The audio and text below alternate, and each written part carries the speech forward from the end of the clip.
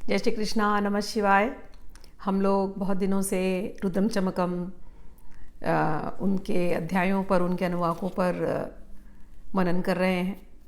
4 अनुवाक तक हमने कह दिया है और अब हम लोग 5वें अनुवाक पर चलते हैं। चौथे अनुवाक में हमने भगवान के मल्हार रूप का, मार्तंड भैरव रूप का, या खंडोबा जिनका नाम है, उनका स्मरण किया था। अब हम लोग जो स्मरण करने वाले हैं वो तो भगवान का साकार रूप था। भगवान शिव ने कई अवतार लिए हैं, तो भगवान के अवतारों का मेंशन अलग अलग पुराणों में है। लेकिन अब जब हम रुद्रम पढ़ेंगे तो इनमें भगवान के जो ओमनी प्रेजेंट या सर्वव्यापी जो रूप है, और भगवान हर एक चीज़ में प्रेजेंट है, हर एक चीज़ में रहने वाले हैं, भगवान का तत्व हर एक चीज़ में है। तो अब हम लोग उस पर मेडिटेट करेंगे, उस पर हम लोग ध्यान करेंगे। तो 5वां अनुवाक। नमः शर्वाय च पशुपतये च नमो नीलग्रीवाय, फिर से कहती हूँ, नमो भवाय च रुद्राय च नमः शर्वाय च पशुपतये च नमो नीलग्रीवाय च शितिकंठाय च नमः कपर्दिने च युक्तकेशाय च नमः सहस्राक्षाय च शतधन्वने च नमो गिरीशाय च शिपिविष्टाय च नमो मीनुष्टमाय चेशुमते च नमो ह्रस्वाय च वामनाय च नमो बृहते च वर्ष्यसे च नमो वृद्धाय च समृद्धने च नमो अग्र्याय च प्रथमाय च नमः आश्वे चाजिराय च नमः शीघ्रियाय च शिभ्याय च नमः ऊर्माय चावस्वन्याय च नमः स्रोतस्याय च द्वीपाय च। इसमें भगवान के जो सर्वव्यापी रूप, हर एक कण कण में शंकर जो है, वो उस रूप का यहाँ पर अब जो है डिस्क्रिप्शन शुरू हो रहा है, जिसको हम निराकार भी कह सकते हैं। भगवान को निराकार इसलिए कहा जाता है क्योंकि उनको किसी एक आकार में हम बांध करके नहीं रख सकते। हम नहीं कह सकते कि भगवान यही रूप है, भगवान ने जो अवतार लिया वही भगवान का रूप है, हम ऐसा नहीं कह सकते। भगवान हर एक में है। हम तो जैसे अभी हमने पहले के अनुवाक पढ़े तो उसमें भगवान वृक्षों में हैं, और वृक्षों की पत्तियां भगवान के बाल हैं, और भगवान गाँवों में हैं, गाँव में हैं, भगवान रथ पर चलाने वाले हैं, भगवान रथ बनाने वाले हैं, भगवान सुतार हैं, भगवान लोहार हैं, हर रूप में भगवान है। तो साकार रूपों का वर्णन भी हुआ, निराकारों का भी हुआ। अब 5वें में ज़्यादातर आप देखेंगे तो एक निराकार रूप का उनका वर्णन होता है। तो कह रहे हैं नमो भवाय च रुद्राय च, भगवान वो हैं जो भव बनाने वाले हैं और जो रुद्र हैं जो इसको मिटाने वाले हैं। रुद्र रूप में भगवान का एक ही काम है, भव को, ये जो भव सागर, भव यानी हम बार बार प्रकट होते हैं, बार बार पैदा होते हैं, बार बार मरते हैं, तो ये भव चक्र है, ये पैदा होना और जाना, भव यानी पैदा होना, और उसको जो समाप्त कर देता है उसको कहते हैं रुद्र। तो मैंने बार बार एग्जाम्पल पहले भी दिए हैं कि जैसे कोई एक अर्थक्वेक आ जाए, एक भूकंप आ जाए, कितने लोग मर जाते हैं ना। तो वो मरने के बाद कौन संभालता है उनको? वो पूरा डिपार्टमेंट किसका है? वो रुद्र का है। अच्छा, ये लोग जो मर गए, इतने सारे लोग, सबकी आत्माएं निकली। अब आत्माएं निकली, लेकिन आत्माओं के का फिर जो है ना कालचक्र चलता रहता है, आत्मा पुनः शरीर लेकर धारण करके आएंगी। तो वो जब वो शरीर धारण करके आते हैं तो उस समय पर जो डिपार्टमेंट है शिव का, वो भगवान ही संभालने वाले हैं। तो इन्हें इसीलिए नमो भवाय च रुद्राय च ऐसा इनको कहा गया। नमः शर्वाय च पशुपतये च, भगवान वो हैं जो अपने भक्तों का पाप मिटाने वाले हैं। तो शर्वाय च, शर्व यानी जो पाप मिटा दे, पशुपतये च जो पशु हैं। पशु की मैंने पहले भी व्याख्या दी है, हम सभी पशु हैं। जब हम भगवान को स्मरण नहीं करते तो हम पशुवत ही जीवन जी रहे हैं। फिर भी हम कितना भी पशुवत जीवन जिए, हम तो भगवान के हैं। तो भगवान हमको रास्ता दिखाते हैं, मार्ग दिखाते हैं।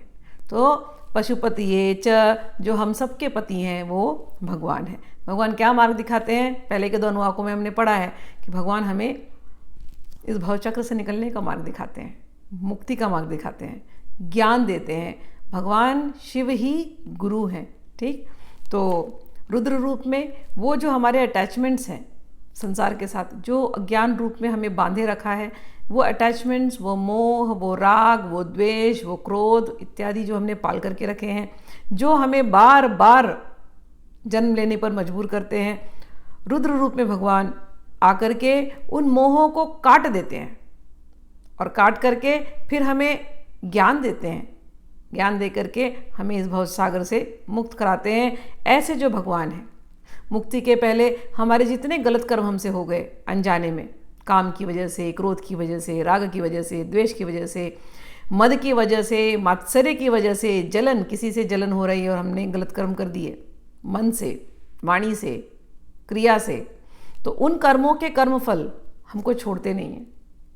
तो लेकिन गुरु रूप में जब शिव भगवान गुरु रूप में जब आते हैं और हमको वो ज्ञान देते हैं कि तुमसे गलत कर्म हो रहे हैं, गलत कर्म मत करो, तुम फंसते ही जाओगे, निकल जाओ इन गलत कर्मों से, किसी की भी प्रति क्रोध मत पालो, किसी की भी प्रति राग नहीं, द्वेष नहीं, समभाव, इस प्रकार का जब ज्ञान गुरु देते हैं और हमको उससे निकाल देते हैं, तो वो कर्मफल निकालना, पाप वाले जो कर्मफल निकालना, ये बहुत आवश्यक है। तो जो पशुवत जीवन पहले जी चुके हैं, लेकिन अब भगवान शिव के वो भक्त बन चुके हैं और भगवान का शिव का दिया हुआ ज्ञान, उससे वो पुनः पाप नहीं करते, उन पाप कर्मों के फल को मिटाने का काम जो करते हैं, वो भगवान के उस स्वरूप को कहा गया नमः शर्वाय च पशुपतिये च। पशु यानी हम ही, जब तक हम भगवान के रास्ते नहीं हैं, हम पशु हैं। नमो नीलग्रीवाय च शितिकंठाय च। भगवान जिनका गला नीला है और जिन्होंने अपने गले पर भस्म धारण करके रखी है। नमः कपर्दिने च विप्त केशाय च। भगवान जो बड़ी बड़ी जटाओं से युक्त हैं। और नमो विप्त केशाय च। विप्त केशाय ने जिन्होंने अपने बाल का मुंडन भी करा दिया। तो भगवान का ये दोनों रूप है। हम लोग तो जटा वाले रूप तो हम फोटोज़ में देखते ही देखते हैं कि योगी का रूप है, साधु का रूप है, औघड़ का रूप है, तो वो तो रूप हम देखते हैं। विप्त केशाय कि भगवान ने अपने सर को मुंडा दिया है, भगवान ब्रह्मचारी रूप में है।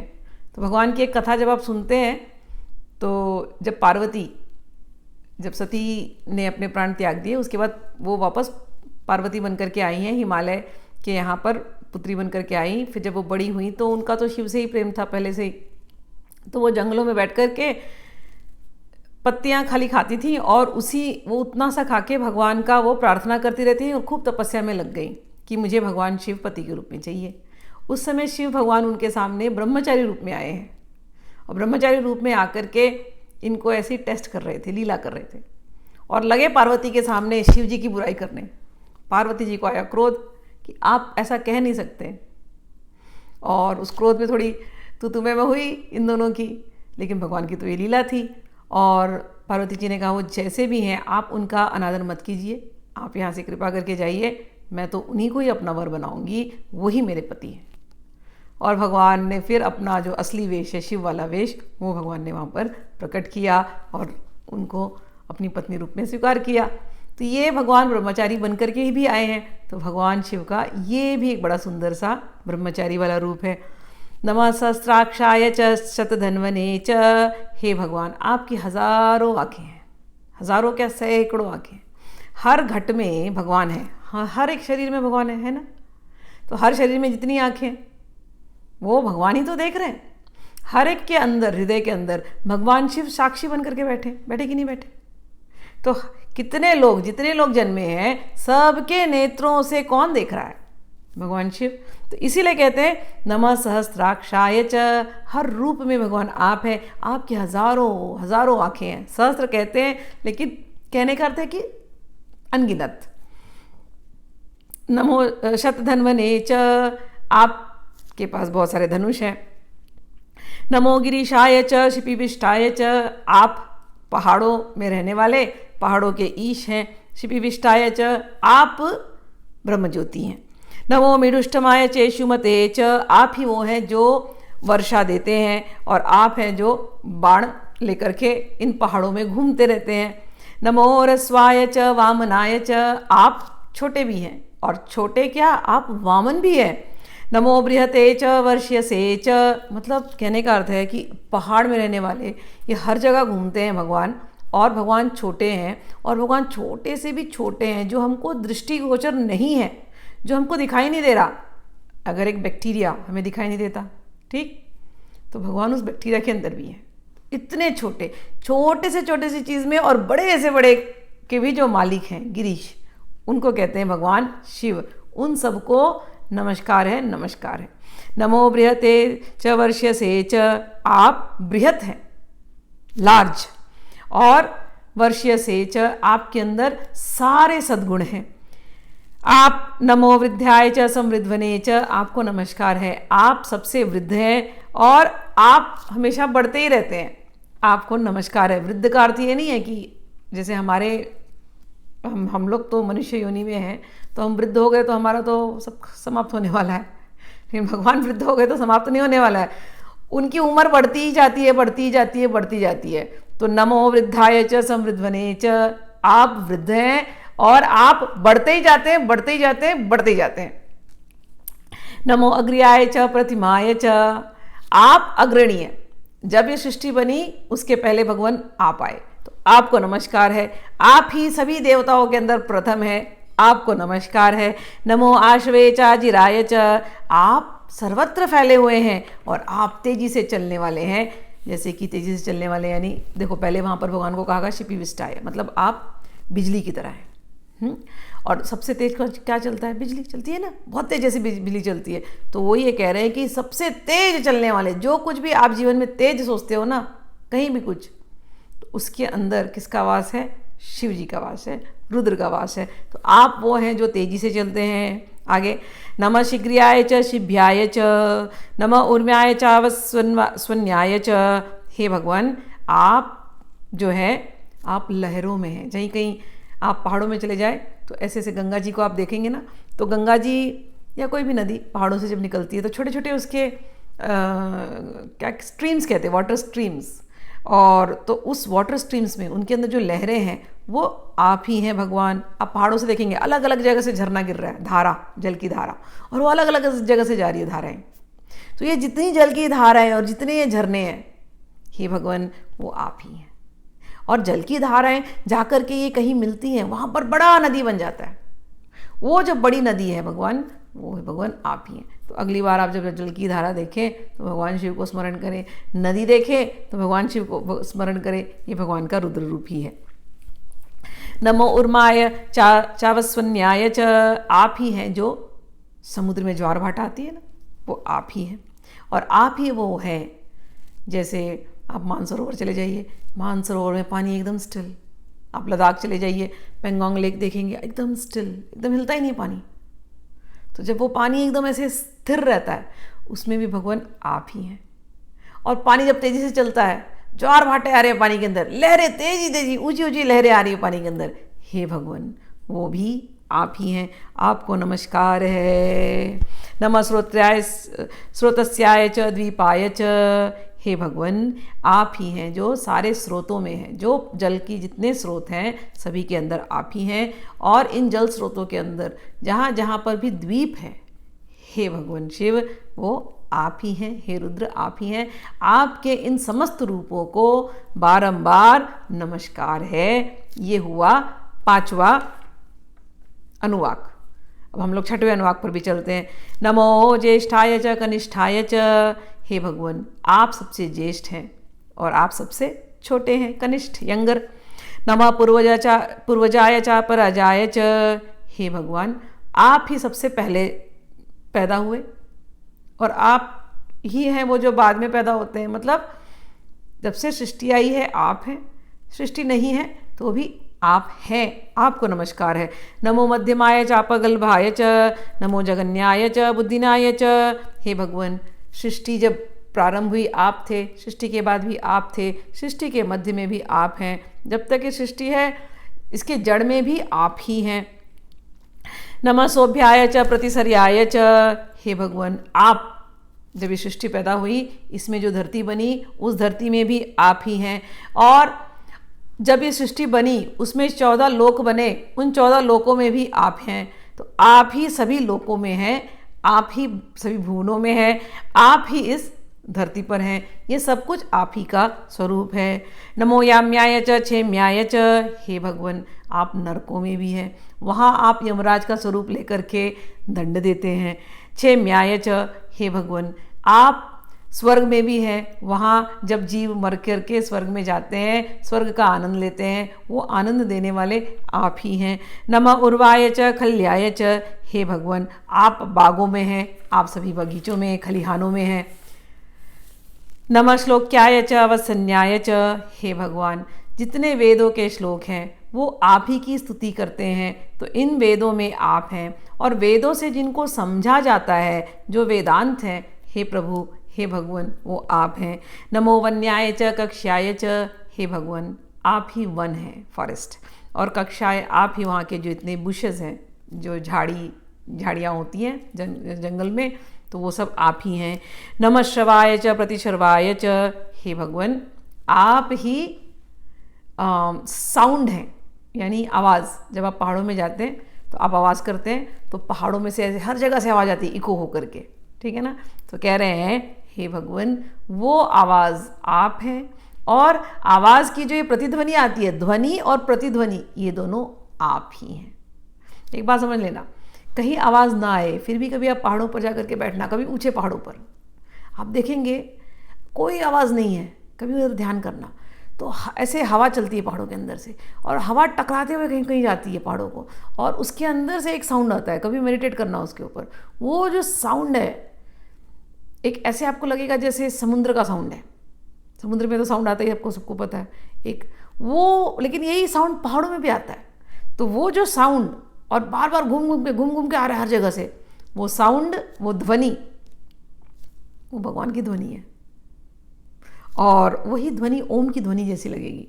जब कभी हम ध्यान में आगे चलते हैं, कभी नाद का एक्सपीरियंस किसी को होगा, तो अपने अंदर जो ध्वनि सुनते हैं वो ओम की ध्वनि है।